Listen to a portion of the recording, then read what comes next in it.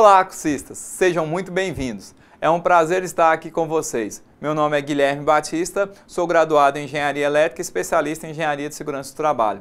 Trabalharei com vocês a disciplina de aterramento elétrico. Peço que em nossas aulas vocês estejam munidos de papel, caneta, para que quando surja alguma dúvida, possam postar no nosso fórum Tira Dúvidas. Já aproveitando a oportunidade para dizer que vai haver um fórum Tira Dúvidas logo após essa aula. Então, postem as dúvidas no fórum pertinente à aula.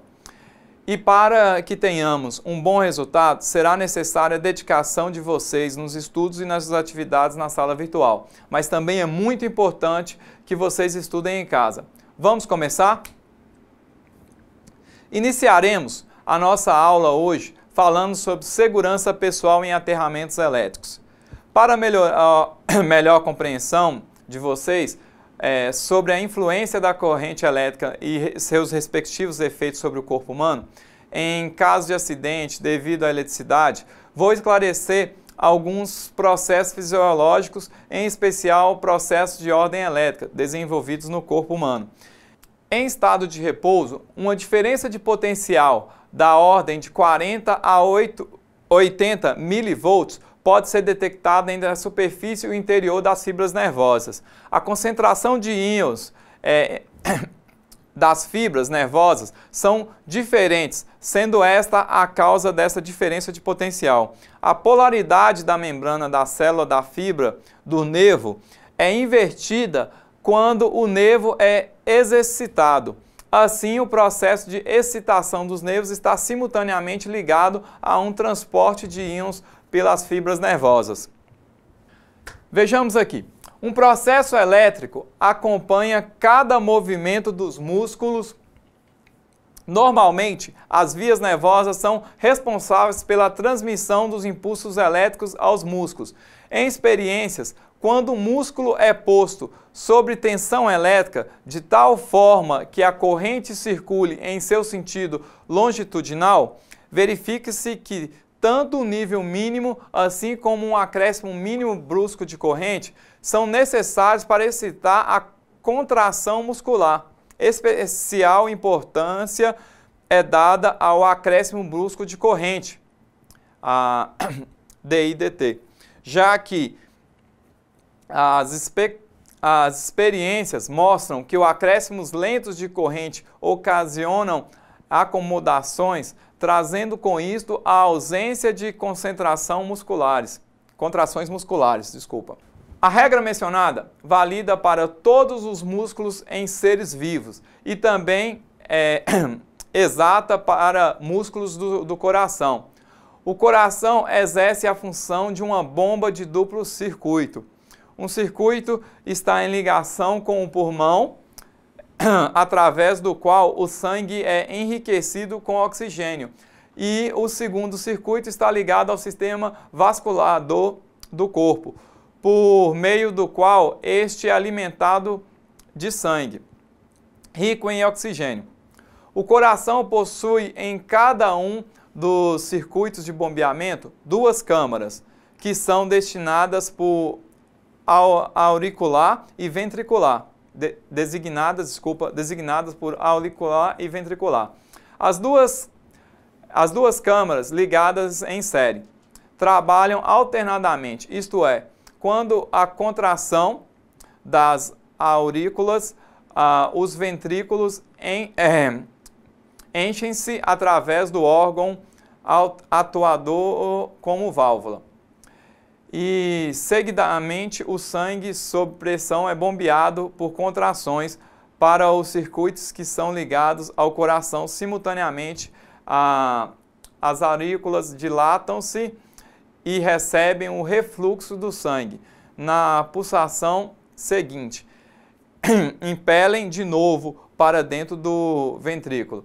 A diferença essencial do coração em relação a todos os outros músculos está no fato que neste a tensão elétrica necessária para o seu trabalho ser gerada por ele próprio, comandada através de centros próprios designados por nódulos sinosais e nódulos trioventriculares. e conduzida através de um sistema próprio de propagação de estímulos, de modo que no coração sadio os movimentos são diferentes zonas do coração decorrente de segundo a sequência certa. O coração representa um bipolo elétrico cuja a tensão tem como consequência um campo de fluxo elétrico no corpo. Fora das superfícies equipotenciais, pode, por isso, ser verificado em 2 pontos do corpo uma diferença de tensão, cuja forma depende da posição dos pontos escolhidos, assim como a grandeza. Então, pessoal, para que a gente deve saber o funcionamento? Vocês estão aqui imaginando agora, eu estou no curso de eletrotécnica, para que saber o funcionamento do coração?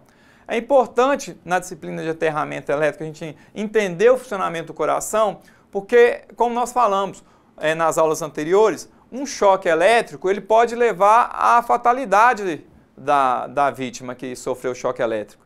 Então, entender como a eletricidade influencia no corpo humano é de suma importância para, na hora que você for executar um serviço, projetar um sistema elétrico. Você tem que saber o que você tem que tomar, quais são as medidas que você tem que tomar para eliminar-se o risco de até termos uma vítima fatal.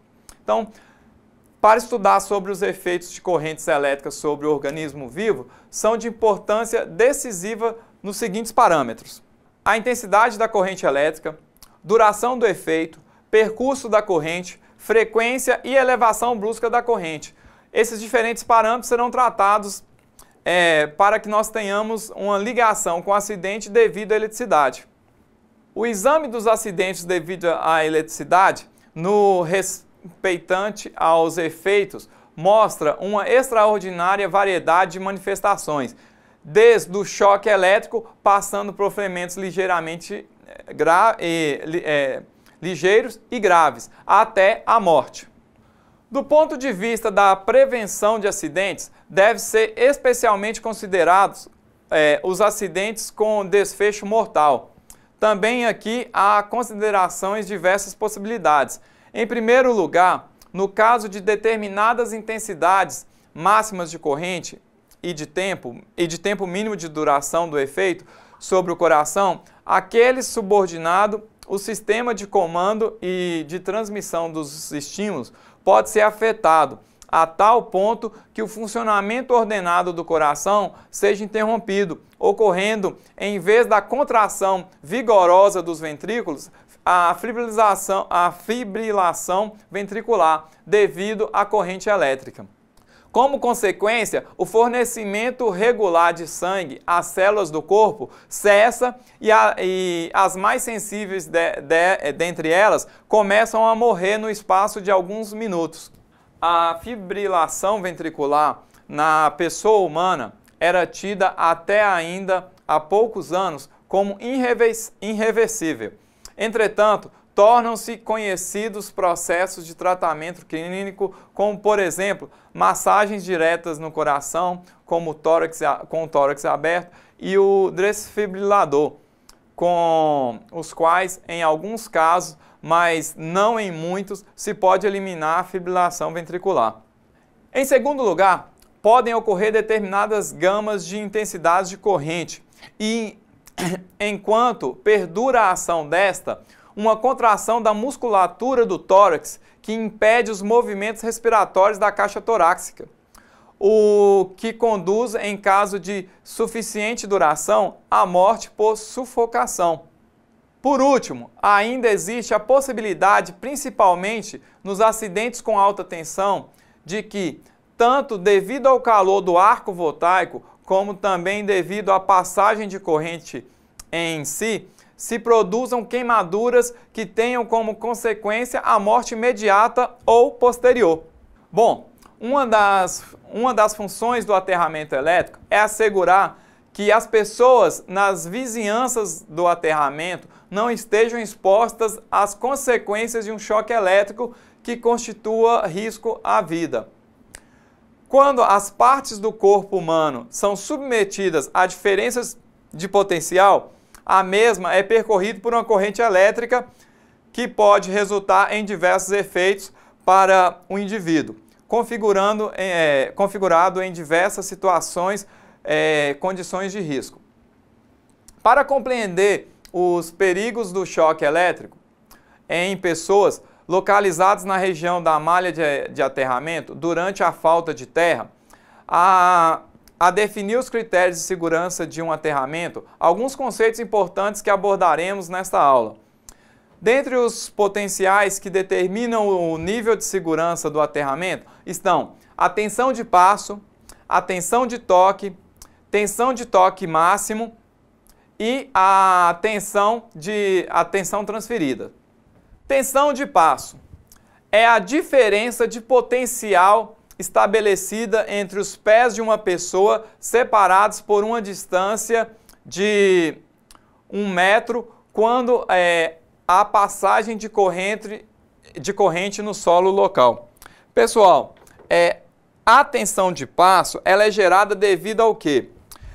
Nós sabemos que a eletricidade ela vai fluir de um local que tem um potencial para um que tem menor potencial. Então, se eu pego um polo da pilha que é negativo e interligo no polo positivo, eu tenho uma diferença de potencial, então vai haver uma corrente elétrica.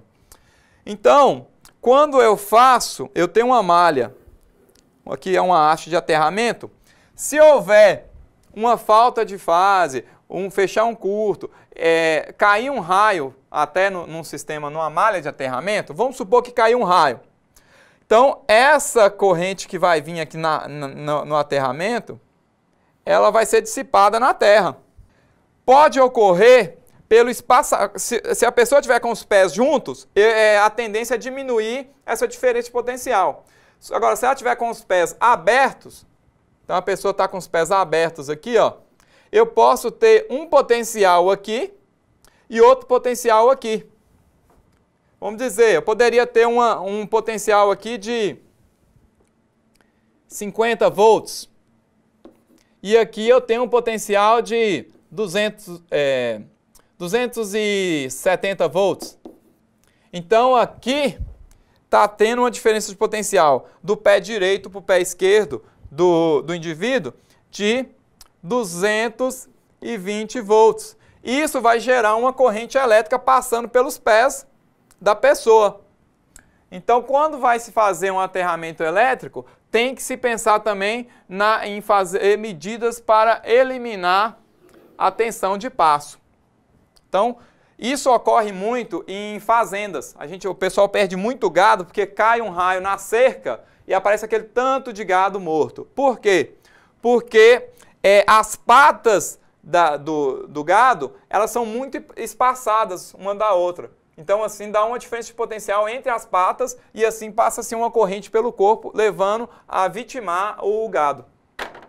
Para a medida do potencial de passo, são utilizadas 2 placas de cobre ou alumínio, como descrito no item anterior, que serão colocados no solo espaçados de 1 metro e deverá ser aplicado um peso de 40 quilos a cada placa, para simular o peso do corpo humano e inserir em dois pontos resistências de 1.000 ohms. O potencial obtido, medido com o voltímetro de alta impedância interna, deverá ser extrapolado para valores de corrente de curto-circuito, fase terra, como já foi explicado. Na prática, também deve ter valores medidos abaixo dos valores especificados pelos limites de segurança. Então, isso aqui nada mais é o quê? É um teste para você medir a tensão de passo que pode ser gerado. Você vai injetar uma corrente na sua malha, fazer um teste como se uma pessoa tivesse sob influência daquela tensão de passo e depois que você obter os resultados, vai extrapolar esses valores para o circuito.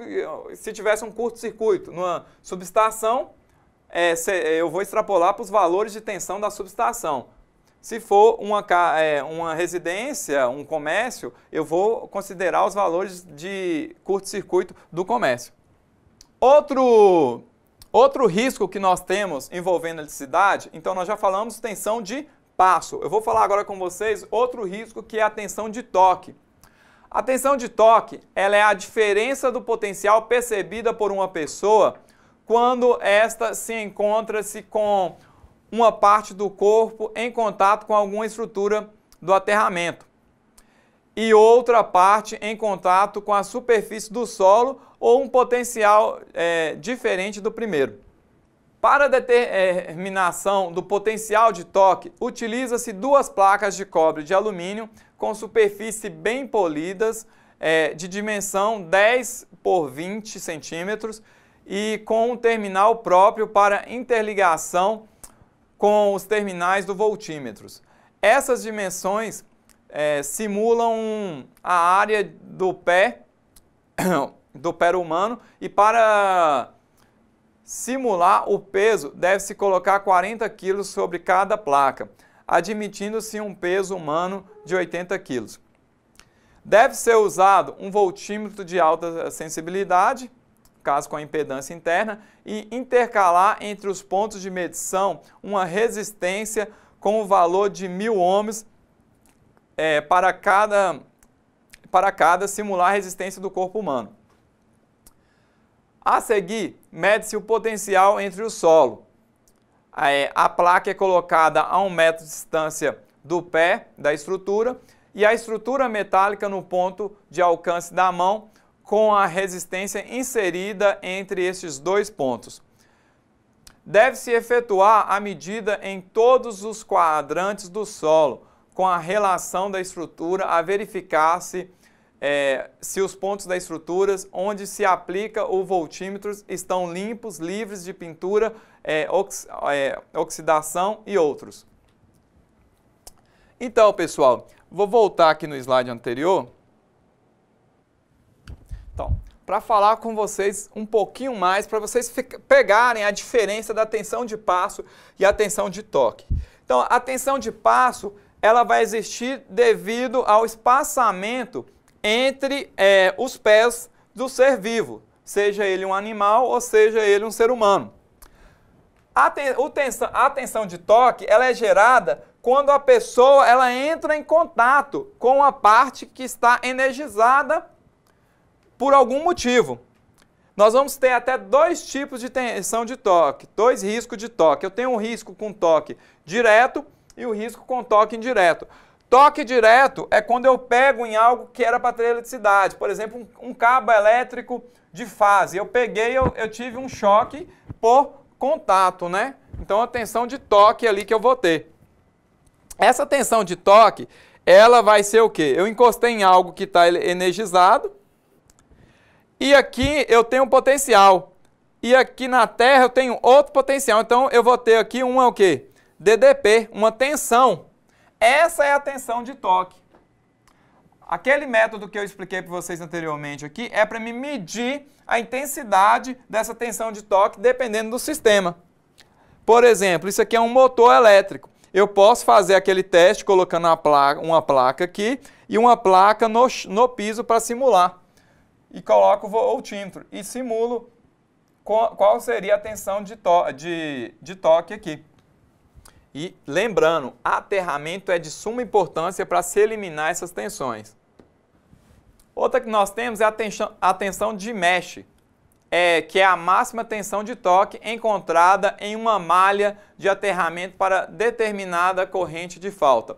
Essa tensão de mesh, uma das medidas de proteção mesmo que a 5419, que fala sobre SPDA, né? Sistema de Proteção contra Descargas Atmosféricas, ela tem até o mesh quando você faz a malha de captura lá, para você eliminar o risco. Mas esse mesh aqui não se trata daquele lá. Esse aqui na configuração na norma que trata de aterramento de subestação, fala sobre um mesh, que é para eliminar essa tensão máxima, reduzi-la, tentar torná-la nula nos riscos. Tensão transferida. É um caso especial de tensão de toque em que o potencial é transferido para as partes externas da subestação. Em projetos de aterramento, são considerados nos critérios de avaliação de segurança os valores de tensão de passo, tensão de toque máximos obtidos em uma malha quando esta é submetida a uma corrente máxima de curto-circuito da subestação em questão. É importante assegurar que as correntes geradas no corpo humano pelas tensões que acabamos de falar não atinjam valores capazes de gerar efeitos patológicos. Normalmente, é possível alcançar esses objetivos através de práticas e técnicas no projeto. No caso de tensão transferida, as práticas a serem tomadas impõem o seccionamento e isolamento de qualquer parte metálica não energizada conectada aos eletrodos que ultrapasse a região do aterramento. Constitui-se, portanto, num possível agente de transferência de potencial quando flui corrente no aterramento. No caso das tensões de toque e tensão de passo, é preciso que o projeto defina-se a configuração do aterramento com determinado posicionamento dos eletrodos no solo, de forma a assegurar que durante o fluxo da corrente máxima pelo aterramento, determinado pela solicitação crítica da instalação, por exemplo, a máxima corrente de curto-circuito, os valores máximos de tais tensões sejam inferiores àqueles que poderiam causar no corpo humano correntes capazes de gerar efeitos patológicos ou gerar aí a fatalidade, parada cardíaca, parada respiratória. Um aspecto fundamental a ser considerado é que os efeitos da corrente elétrica no corpo humano são efetivamente determinados pela corrente e o seu percurso pelo corpo humano, não sendo uma função direta no nível do potencial que a originou. Então, aquela questão de falar que eu tomei um choque 220, o choque 220 é pior do que o choque 127, que o pessoal costuma falar 110, né? Ele tomou choque 110, é tranquilo. Nós vamos ver mais para frente que não é bem assim. A tensão influencia, o potencial que origina o choque, ela influencia, mas não é o único fator que leva à fatalidade da pessoa ou outros efeitos patológicos. Então, nesse sentido, vale citar que é possível tocar sem maiores riscos um condutor energizado com alta tensão. Nesse caso, o corpo não pode estar fechando um circuito entre pontos aos quais estejam aplicado uma diferença de potencial significativa e poderia ocasionar um fluxo de corrente pelo corpo. Realizando este cuidado, o corpo simplesmente irá adquirir o potencial do condutor energizado, sendo eventualmente sujeito a algum efeito corona se o nível de tensão for muito elevado. Então, o que eu quero dizer, pessoal, para vocês? Hoje nós temos eletricistas chamados eletricistas de linha viva. Eles trabalham com alta tensão nessas linhas de transmissão. Eles trabalham 138 mil volts, 138 mil volts, então eles entram no mesmo potencial da rede, eles vestem uma roupa especial. Eu vou estar postando na sala o link para vocês assistirem um vídeo de manutenção em linha viva. Vocês vão notar, a pessoa chega com o helicóptero, entra na linha, a linha não é desligada, mas é com uma roupa especial. Ela vai fazer o quê? Entrar no mesmo potencial. Vai estar fluindo a corrente pela camada da roupa que o protege. É muito interessante, eu vou postar para vocês. Então, seguindo, para avaliar esses efeitos, há uma certa complexidade, pois os mesmos dependem de muitos fatores, como, por exemplo, percurso no corpo, intensidade e tempo de duração do choque, pico da onda e frequência da corrente, valor da diferença de potencial que gera a corrente e condições orgânicas do indivíduo. Então, tudo isso vai influenciar. O tipo físico da pessoa influencia nas consequências do choque elétrico, a frequência da corrente, O tipo de corrente, se ela é corrente alternada, se ela é corrente contínua. Então, isso tudo vai influenciar. Então, nós devemos tomar, quando formos projetarmos o aterramento, nós devemos ter conhecimento de todas essas informações. O que eu vou aterrar nessa malha de aterramento, nesse sistema de aterramento? O que vai estar aterrado aqui? Para mim, fazer a melhor configuração do aterramento. São várias as formas de manifestação desses efeitos. Numa escala progressiva, associa-se à intensidade de corrente. Pode-se dizer que os mesmos evoluem numa certa sequência. Então, pessoal, quais são os efeitos da corrente elétrica no corpo humano? Quanto maior a intensidade de corrente elétrica, mais vão tendo os efeitos. Sem chegar a falar em valores aqui, então, uma pequena corrente passando pelo corpo, a pessoa sente formigamento ou um aquecimento. O formigamento ele existe na corrente alternada.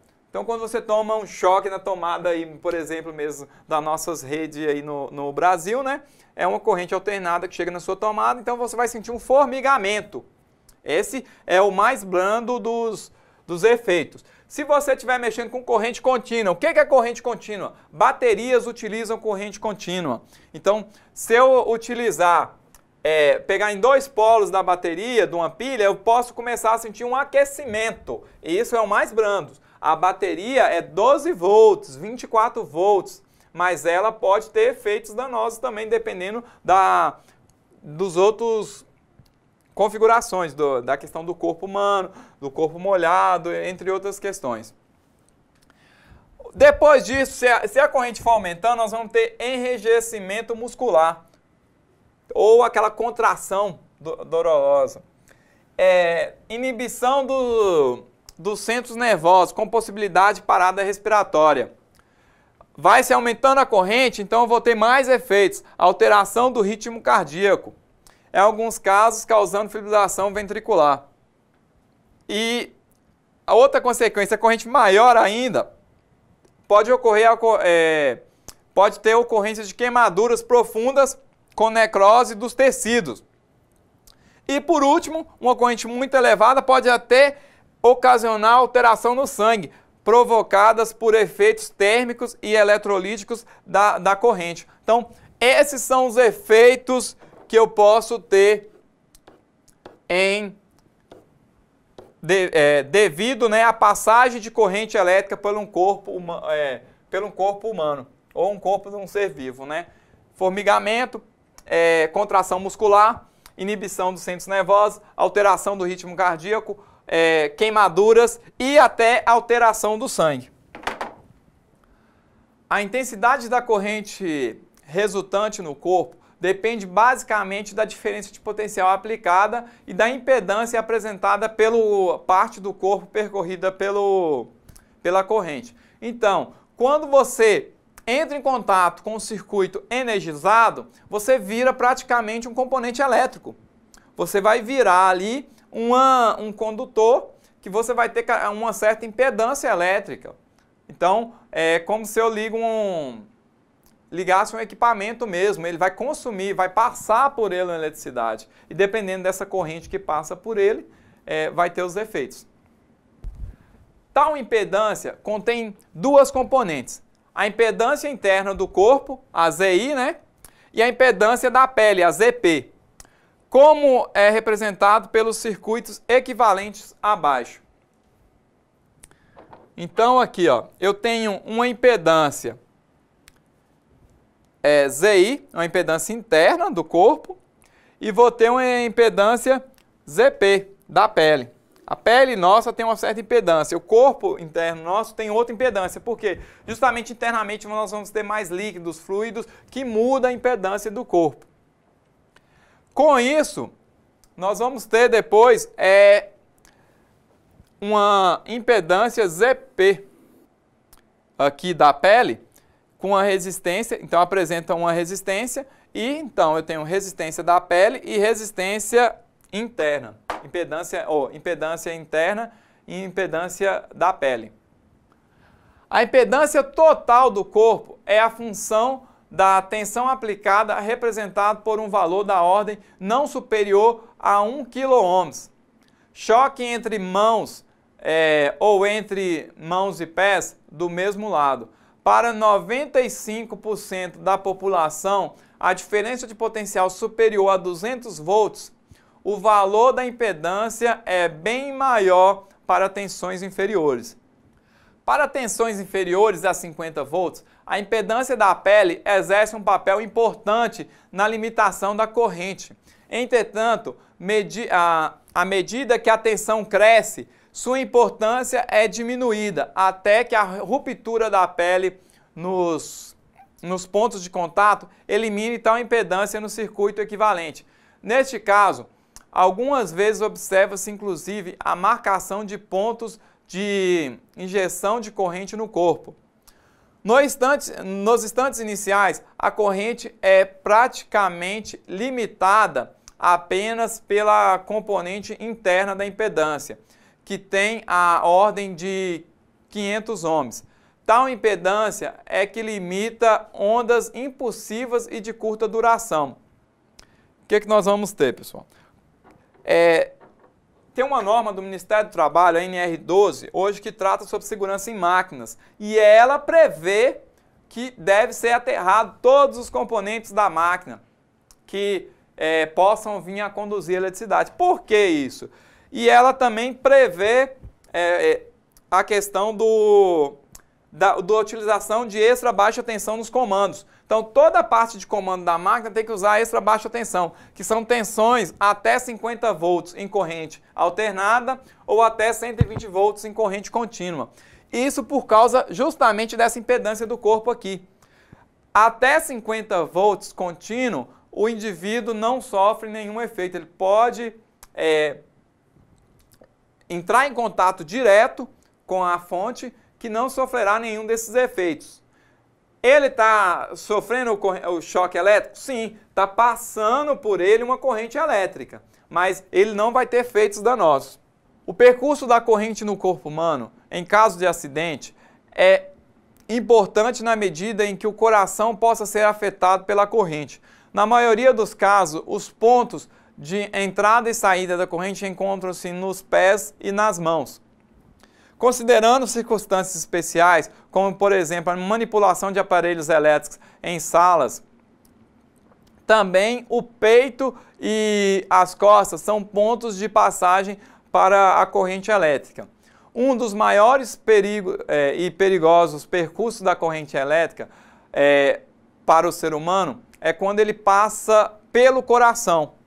Então, quando a corrente elétrica passa por órgãos vitais, passa pelo coração, pelo diafragma, a gente pode ter essas consequências. Então, quando ele passa pelo coração, eu posso ter uma parada cardíaca. Quando ele passa pelo diafragma, eu posso ter o quê? Uma parada respiratória, porque eu não vou conseguir aqui o diafragma executar a sua tarefa. Então, passar por pontos vitais. Então, quando esse choque elétrico, se eu fecho o contato, por exemplo, cotovelo e a mão na terra, eu vou tomar um choque, mas ele é menos perigoso do que se eu tomar um choque que passe pelo coração. Por exemplo, minha mão direita e mão esquerda.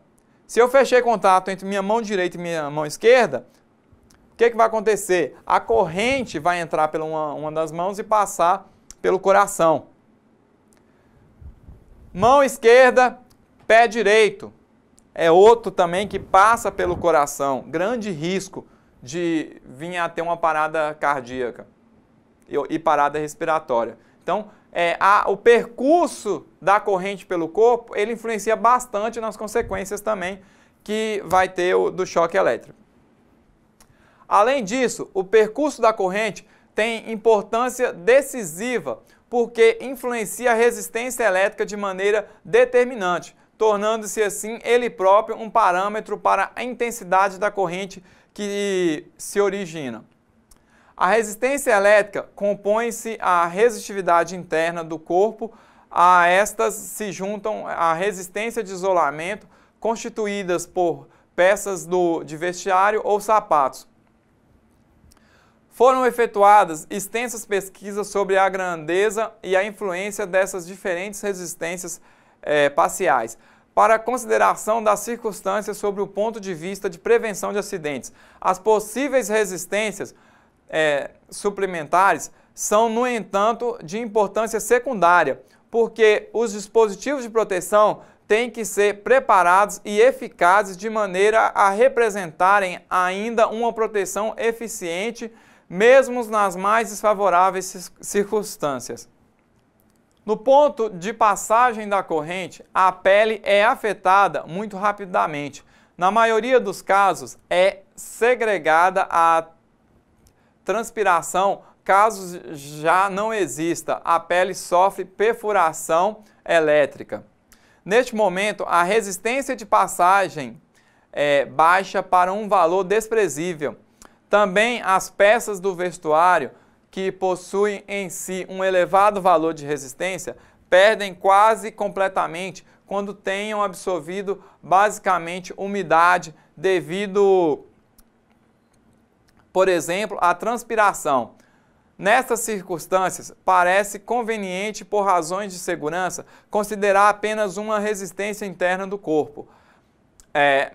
Esta se situa na ordem da grandeza de aproximadamente 1.200 ohms. 1.000 ohms, como foi falado anteriormente, no percurso da corrente mão-tronco-mão. Vejam a tabela com alguns valores de fator de corrente do coração e o caminho. Então, nós temos aqui uma tabela que ela traduz para a gente a impedância. Se a corrente ela passa da mão esquerda para o pé esquerdo, eu vou ter ali um fator de corrente do coração 1. Ambas as mãos ao pé, também um fator 1. Mão esquerda é mão direita, um fator de corrente 0,4. Mão direita e pé esquerdo, um fator de corrente 0,8. E entre outros, e aqui eu também tenho o quê? Peito à mão esquerda, eu tenho um fator 1,5 vezes. Então, cursistas, esta aula de hoje, ela foi bem voltada, vocês às vezes, nossa, fugiu totalmente do que eu imaginava de elétrica. Às vezes a gente fica só naquele mundo ali de cabos, conexões, e um bom profissional da elétrica, seja um engenheiro, seja um eletricista, ele não pode viver só nesse mundo. Ele tem a questão da segurança, não apenas dele, mas também dos seus clientes quando ele vai fazer um serviço, quando ele vai prestar um serviço. Então, temos diversas normas de segurança. Então, essa aula de hoje, ela foi voltada justamente para quê? Focar nos fatores que um mau aterramento pode gerar. E como que a gente faz um bom aterramento? Como nós vimos durante todas as nossas aulas, um aterramento ele depende de estudo, não é apenas chegar e cravar uma haste. E esse estudo ele começa com a análise do solo. Eu tenho que saber a resistividade no solo para mim montar a configuração do meu aterramento. E após isso, eu também tenho que ter manutenções, eu tenho que tomar medidas. Várias normas, como a 5419, ela exige pelo menos uma medição do aterramento, da malha de aterramento, pelo menos uma vez por ano. O Ministério do Trabalho ele exige um laudo de aterramento das estruturas das empresas, aquele aterramento que vai estar aterrando as partes não condutoras, de acordo com a NR12. E como que a gente faz essa medição? Essa medição ela é feita através de um equipamento que chama terrômetro. Eu vou estar mostrando aqui para vocês agora. Só um minuto. Então, esse aqui é um terrômetro. Ó, cabe praticamente na palma da mão. Mas é um equipamento muito importante na hora de você projetar. Esse aterramento, esse equipamento, nós temos vários tipos de equipamento no mercado. Você vai ter ele com função só de medir a resistividade, a resistência do aterramento, e vamos ter ele com a função de medir a resistência do solo também, que é o método de Verne que a gente já falou. Esse aqui é um terrômetro, ele tem 4 polos. Então nós temos aqui um polo aqui, dá para vocês visualizarem aí, em vermelho, esse azul, esse preto e esse verde aqui. Ele tem a função de medir resistividade do solo. Quando é resistividade do solo, eu utilizo os quatro polos do equipamento. Como que é feita essa medição? Eu tenho essas hastes aqui, são auxiliares. Então a gente vai no terreno, utilizando a norma, as normas que tem para se medir a resistividade do solo. Então, vou tirar várias medidas do terreno, em vários locais, e são espaçados. A norma mesmo, ela trata o seguinte: num solo até 10 mil metros quadrados, eu tenho que pegar medições em 5 pontos. Nas laterais do terreno e no centro. São esses 5 pontos que eu pego. Em cada ponto eu vou pegar várias medidas. Essas medidas começam como? Eu cravo a haste no ponto que eu quero pegar, né, no central, por exemplo, e coloco as outras espaçadas igualmente. Então eu cravo a primeira haste, 1 metro depois eu coloco a segunda, 1 metro depois a terceira e 1 metro depois a quarta haste. Então, em cada ponto eu vou pegar várias medições. Vou pegar ela com 1 metro, depois eu vou distanciar elas com 2 metros, com 3 metros, com 4 metros, com 8 metros, com 16 metros e até com 32 metros. E como que eu faço então? Eu cravo a haste e utilizo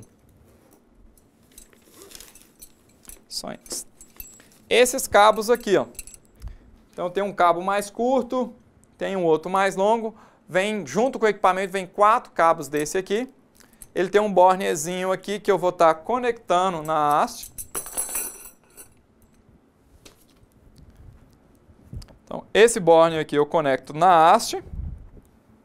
E esse polo aqui eu vou conectar no equipamento. Lá no polo que tinha lá no borne azul que eu tinha, eu conecto esse coisa aqui. Isso eu vou fazer então as medições. Isso para mim medir resistividade do solo, para mim ter como base para configurar o meu aterramento para ter uma resistividade baixa depois no aterramento. Além disso, esse equipamento aqui também, ele é utilizado posteriormente para me medir a resistência do aterramento. Então aqui, ó, eu tenho aqui a utilização dele para medir resistividade do solo, como foi falado nas aulas anteriores, a função dele medir a resistência do aterramento, que aí eu só uso 3 polos, que seria, como que é a função? A norma também, que trata de medição de aterramento de medição de resistência de aterramento, ela tem vários métodos de se medir aterramento. Esse aqui é o método de Vernio. Então, pelo método de Vernio, eu vou usar o quê? Eu vou usar apenas 2 hastes auxiliares, um polo, um cabo, eu vou conectar ele no meu aterramento, pode ser numa malha, pode ser numa caixa de potencialização, no ponto que eu quero medir. E as outras eu vou colocá-las espaçadas, de acordo com a norma. Envolve um pouquinho de cálculo esses espaçamentos dessas hastes, que elas utilizam, geralmente você vai utilizar 3 vezes o tamanho do eletrodo que você está medindo.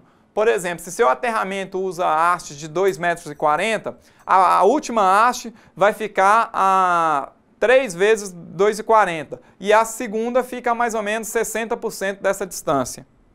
Se você usar, por exemplo, a haste de 3 metros, a última haste fica a 9 metros e a outra fica a 60% de 9 metros. Seria aí 5,40 metros aproximadamente. Então, isso é para mim fazer medição, para gerar um laudo para o cliente.